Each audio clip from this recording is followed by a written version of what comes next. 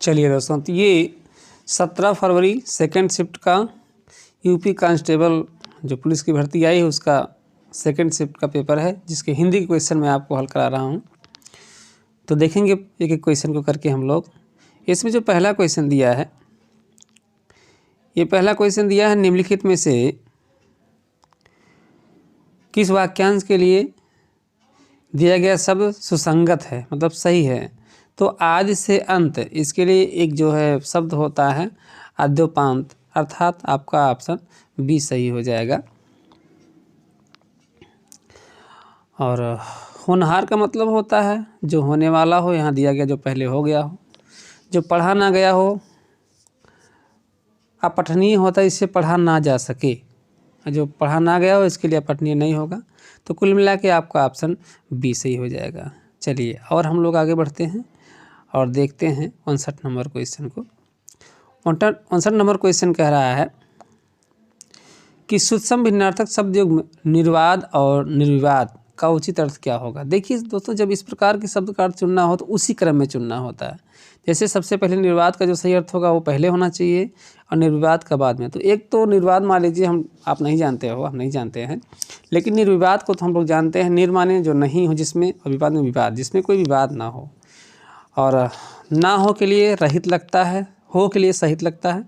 तो एक आपका ऑप्शन बी है विवाद रहित, यानी बिना विवाद के। तो ये तो दूसरा सही हो गया। पहला अब देखते हैं किसी ऑप्शन में है नहीं विवाद रहित, मित्रता है, भ्रम है, भाईचारा है, यानी हो ना हो तो ऑप्शन बी ही आपका सही होगा। यह दोस्तों, और ऑप्शन बी सही है भी, जिसमें निर्वाद माने निंदा होता है और निर्विवाद माने विवाद रहित होता है। इस प्रकार हमने ऑप्शन बी को सही किया। आगे बढ़ते हैं और देखते हैं हम लोग अगला क्वेश्चन। अगला क्वेश्चन दे दिया है, कहता है निम्नलिखित में से अशुद्ध वाक्य का चयन कीजिए। तो इसमें जो है ऑप्शन सी हम लोग अगर देखते हैं, ऑप्शन सी दिया है गीता ने सुशीला को आवाज़ लगाई पर वह चली गई। आवाज़ लगाई नहीं मतलब आवाज़ दिया होना चाहिए था। तो ये आप जो अशुद्ध वाक्य है, बाकी सब सही है मेरे हिसाब से दोस्तों। और आगे हम लोग बढ़ते हैं, देखते हैं अगला क्वेश्चन। फिर है निम्नलिखित में से लिंग की दृष्टि से कौन सा विकल्प गलत है। गलत विकल्प चुनना है, मतलब एक शब्द दिया है उसका निश्चयलिंग दिया है सब में। तनुज का तनुजा होता है, सांप का सांपिन हो सकता है, चूहा का चूहिया हो सकता है, लेकिन ऑप्शन डी बनिया का बनियान दिया है, ये बिल्कुल नहीं होगा। तो इसलिए आपका ऑप्शन कौन सा सही होगा, ऑप्शन डी ही सही होगा। तो ऑप्शन डी हमने सही कर दिया। फिर आगे बढ़ते हैं। अगला है वधू शब्द का बहुवचन क्या होगा। तो ये एक आसान सा क्वेश्चन है। वधुए नहीं होगा, वधुए नहीं होगा, वधुए नहीं होगा। ऑप्शन बी आपका सही होगा, वधुए हो जाएगा। जी हाँ दोस्तों, वधुए हो जाएगा। चलिए अगला क्वेश्चन है, माँ ने बच्चे को मिठाइयाँ दी। रेखांकित शब्द को में कारक बताना है, तो बच्चे को कारक दिया गया है। अब देखिए इसमें दिया है माँ ने बच्चे को दिया क्या, मिठाई दिया। तो दोस्तों जहाँ लेन देन हो तो लेन देन में जो प्राप्त करता होता है उसमें हमेशा चतुर्थी होती है, या चतुर्थी को कहते हैं संप्रदान कारक। इन्हीं आपका ऑप्शन बी सही हो जाएगा, संप्रदान कारक। चलिए आगे बढ़ते हैं। निम्नलिखित में से कौन सा शब्द तद्भव है। तो यहाँ पे आपका तद्भव हो जाएगा उल्लू। जी हाँ, इसका तत्सम उलूक होता है, ध्यान देंगे इसका तत्सम क्या होता है, उलूक होता है। और मृत्तिका तो तत्सम है ही, उष्ट तत्सम है, वानर तत्सम है, बंदर जो है वो तद्भव होता है, ध्यान देंगे। और हम लोग आगे बढ़ते हैं। निम्नलिखित में से दिया है कौन सा शब्द तत्सम है, तत्सम चुनना है। तो निश्चित तौर पर जहाँ जहाँ छोटा सा होता है वहाँ तो तद्भव ही अक्सर होता है, प्राय होता है, और है भी। यहाँ जो सही ऑप्शन है आपका ऑप्शन ए सही है, शुष्क। जी हाँ, शुष्क जो आपका तत्सम हो जाएगा। आगे बढ़ते हैं। पूछता है निम्नलिखित में से चांदनी शब्द के पर्यायवाची, मतलब कि दो पर्यायवाची शब्द में है, दोनों ही चांदनी का पर्यायवाची होना चाहिए। तो यहाँ पर देखिए ज्योत्सना भी चांदनी का पर्यायवाची है और कौमुदी भी चांदनी का पर्यायवाची है, यानी कौन सा सही होगा, ऑप्शन सी सही हो जाएगा, कौमुदी और ज्योत्सना। ठीक, चलिए चंद्रहास देखिएगा दोस्तों, बहुत इंपॉर्टेंट है, ये तलवार का पर्यायवाची है। चंद्रहास जो है वो तलवार का पर्यायवाची है। ठीक, चलिए आगे बढ़ते हैं और कुछ क्वेश्चन हम लोग देखते हैं। तो यहाँ हम लोग देखेंगे कुछ और क्वेश्चन। 67 नंबर पे एक बढ़िया क्वेश्चन दिया हुआ है। इसमें दिया है निम्नलिखित में से निश्चयवाचक सर्वनाम है। तो कौन, तो देखिए आपका प्रश्नवाचक सर्वनाम है, क्या आपका प्रश्नवाचक है, कुछ आपका निश्चयवाचक है, लेकिन इसमें जो एक ऑप्शन दिया यह जो है, जैसे यह सर्प है, यह कुआं है, यह किताब है, तो ये सभी आपके जो है निश्चयवाचक सर्वनाम होते हैं और यही आपका ऑप्शन सी जो है वो सही हो जाएगा। चलिए आगे बढ़ते हैं। फिर आगे दिया कविश्वर का संधि विच्छेद क्या होगा। तो कविश्वर का समय देखिए, अब एक बात ध्यान देना दोस्तों, इसमें क्या होता है, कवि जो होता है, कवि में वा पर छोटी ई की मात्रा होती है। गुरु जो होता है, गुरु में रा पर भी छोटा ऊ की मात्रा होती है। हरि जो होता है उसमें भी रा में छोटा ऊ की मात्रा होती है, सॉरी छोटी ई की मात्रा होती है। तो ये सब ध्यान देना चाहिए। और संधि विच्छेद करते समय तो आपका शुद्ध शब्द ही बनता है, अर्थात ऑप्शन जो डी दिया है कवि धन ईश्वर, यही ऑप्शन आपका सही हो जाएगा, ऑप्शन डी। चलिए आगे बढ़ते हैं। दिया है क्या कोई तारे गिन सकता है। वाक्य में किस चिन्ह का प्रयोग हुआ है। तो आप देख रहे हैं यहाँ क्वेश्चन मार्क का प्रयोग हुआ है, यानी सही हो जाएगा प्रश्न सूचक चिन्ह, ऑप्शन 20। आसान सा क्वेश्चन था, हम लोग टाइम नहीं वेस्ट करते हैं, आगे बढ़ते हैं। ईमानदार शब्द में कौन सा विशेषण है। ये देखिए अच्छा क्वेश्चन है। ईमानदार शब्द में, ये ईमानदार शब्द में जो है कौन सा विशेषण पूछा है। देखिए ईमानदार संख्या तो होता नहीं है दोस्तों। अच्छा, परिमाण मतलब क्या होता है, 1 लीटर 2 लीटर, ये सब परिमाण होता है, ये भी हो नहीं सकता। सर्वनामिक आपका सर्वनाम से बनता है, ईमानदार कोई सर्वनाम है नहीं, अर्थात ऑप्शन सी आपका सही होगा दोस्तों, गुणवाचक विशेषण हो जाएगा। ईमानदार आदमी, इस प्रकार से आदमी का गुण होता है ईमानदार होना, तो ये आपका ऑप्शन सी सही हो जाएगा। आगे बढ़ो। 71 है, निम्न में से सकर्मक क्रिया का उदाहरण कौन सा है। अब देखिए भी क्वेश्चन अच्छा था। ऐसी क्रिया जो कर्म को अपने साथ लिए रहती है वो क्रिया सकर्मक होती। अब यहाँ ध्यान देना है, पहला वाक्य क्रिया राम मंदिर अयोध्या में बना है। अब यहाँ कुछ बच्चे गलती करते हैं, अयोध्या को कर्म मान लेते हैं, अयोध्या के बाद में है और अयोध्या मंदिर का आधार है, तो ये आपका सप्तमी होगा, अधिकरण होगा, ये कर्म नहीं हो सकता है। हाथी सो रहा है तो सोना क्रिया है, हाथी करता है, इसमें कोई कर्म है नहीं। वह छत पर है, यहाँ छत कर्म नहीं है, पर आ गया इसलिए छत आधार है, ये भी अधिकरण है। ऑप्शन 1 डी आपका दिया है, रमेश ने खिलौने खरीदे, यहाँ खिलौना कर्म है, खरीदना क्रिया जो है वो खिलौना कर्म को अपने साथ लेकर आया है, अर्थात आपका ऑप्शन क्या सही हो जाएगा, ऑप्शन डी सही हो जाएगा। चलिए आगे बढ़ते हैं। भौतिकी शब्द में कौन सा प्रत्यय है। जी हाँ, भौतिकी शब्द में कौन सा प्रत्यय है। तो देखिए प्रत्यय उपसर्ग निकालना हो तो उसके लिए आप मूल शब्द निकालिए। मूल शब्द क्या है, मूल शब्द आप जानते ही हो, मूल शब्द है भौतिक। जी हाँ, मूल शब्द क्या है, भौतिक है। अब भौतिक में क्या जुड़ा है, तो बड़ी ई केवल जुड़ी हुई है, यानी आपका ऑप्शन डी सही हो जाएगा, ऑप्शन डी सही है। चलिए आगे बढ़ते हैं। निरभिमान शब्द में कौन सा उपसर्ग है। देखिए निर जो है वो जुड़ा है किसमें, अभिमान में। ध्यान देंगे, थोड़ा सा समझना है आपको, जल्दी कर रहे हैं।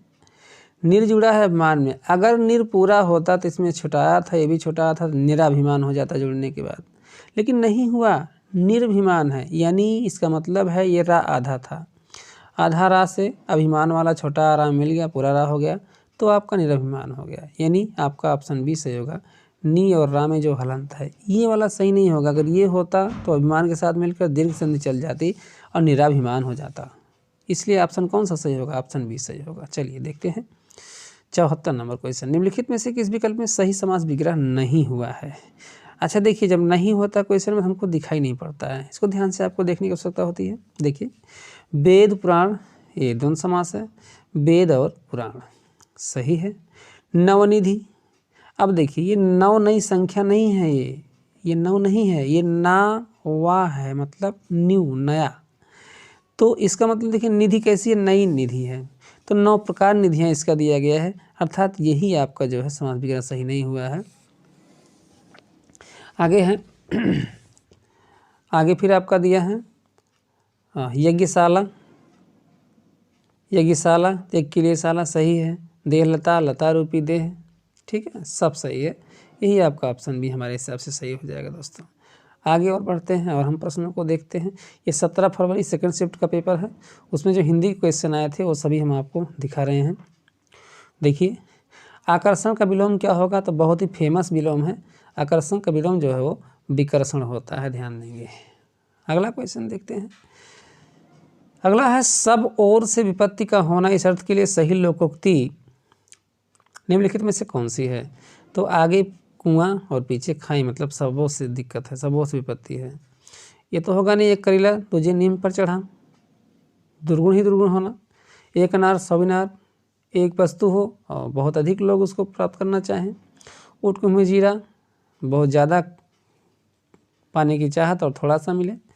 तो ये कुल मिला के आपका ऑप्शन इसमें ऐसे हो जाएगा, आगे कुआं पीछे खाई।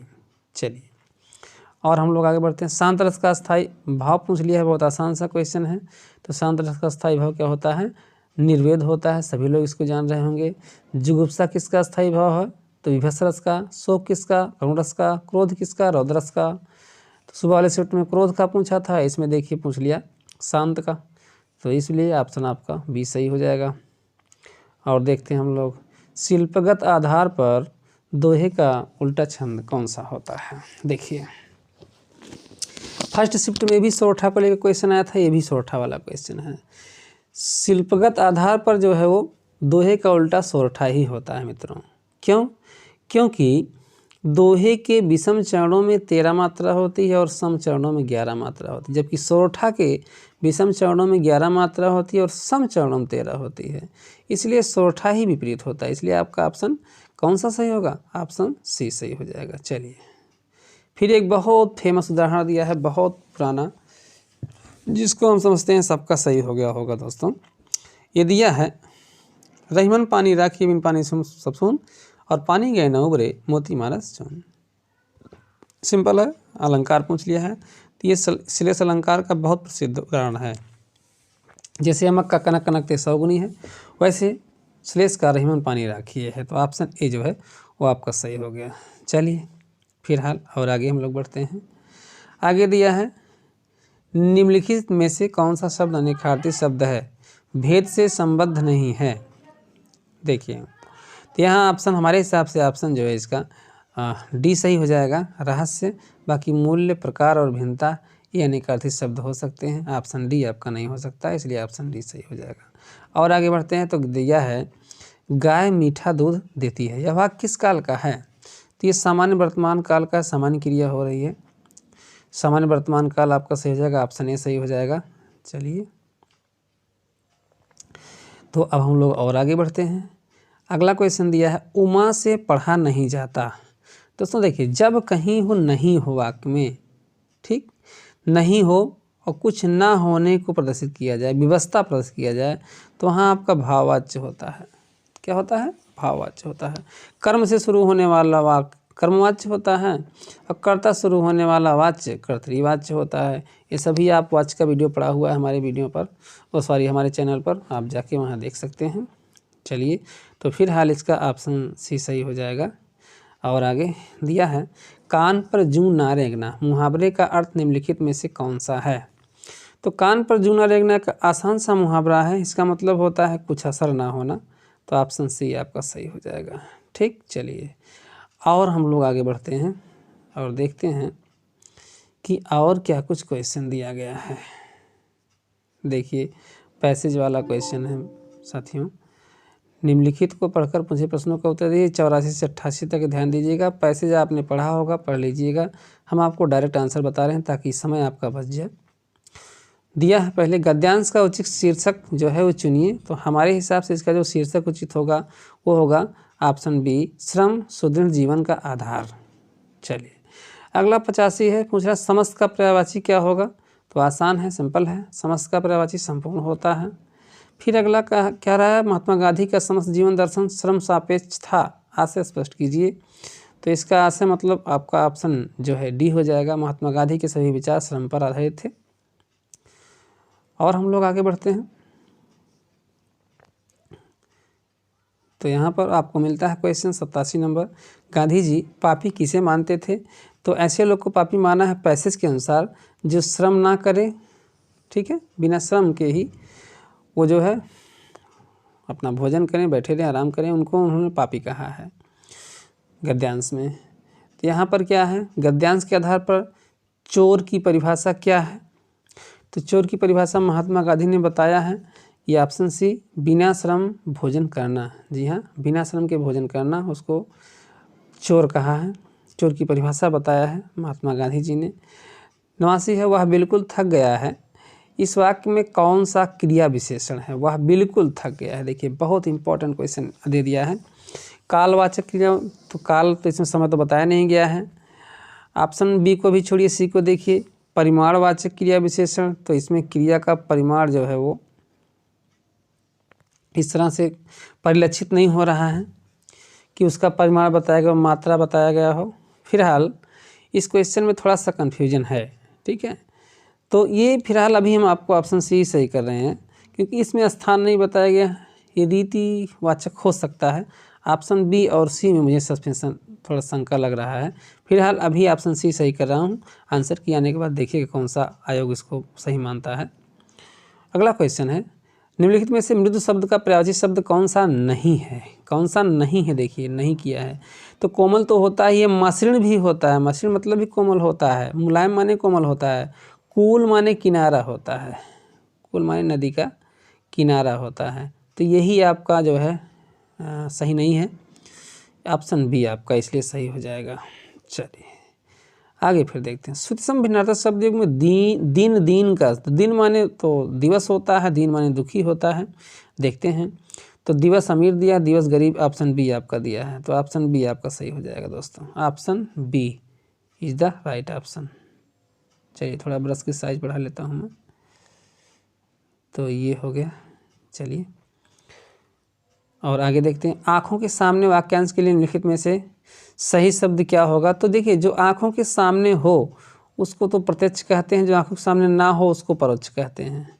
तो यहाँ जो सामने हो उसके लिए पूछा है, तो प्रत्यक्ष सही हो जाएगा। चलिए फिर है, पंचवटी निम्नलिखित में से किसकी रचना है? तो मैथिली शरण गुप्त जी की प्रसिद्ध रचना है पंचवटी, प्रेम प्रसंग, ये सभी। फिर एक आसान सा क्वेश्चन पूछा रचना को लेकर, नीरजा किसकी कृति है? तो नीरजा निहार रश्मि, ठीक, सांदगीत, यामा, सप्तपाणा, ये सभी किसकी हैं? तो महादेवी वर्मा जी की है। इसलिए ऑप्शन ए सही हो जाएगा। आइए और आगे बढ़ते हैं। हिंदी भाषा किस भाषा से उत्पन्न हुई है? तो हिंदी की आर्यजन्य क्या है? संस्कृत है मित्रों, ठीक। तो संस्कृत से इसकी उत्पत्ति हुई है, इसलिए ऑप्शन आपका कौन सा सही होगा? ऑप्शन डी सही हो जाएगा। तो ये 95 क्वेश्चन हो गया। तो ये कुल मिला के हिंदी के 95 क्वेश्चन थे। तो इसको हमने हल कराया, अपने अनुसार हमने सही बताने की कोशिश की। वीडियो कैसा लगा है लाइक ज़रूर करिए, कमेंट जरूर करिएगा, और चैनल पर नए हैं तो चैनल को सब्सक्राइब कर दीजिएगा। थैंक यू, धन्यवाद।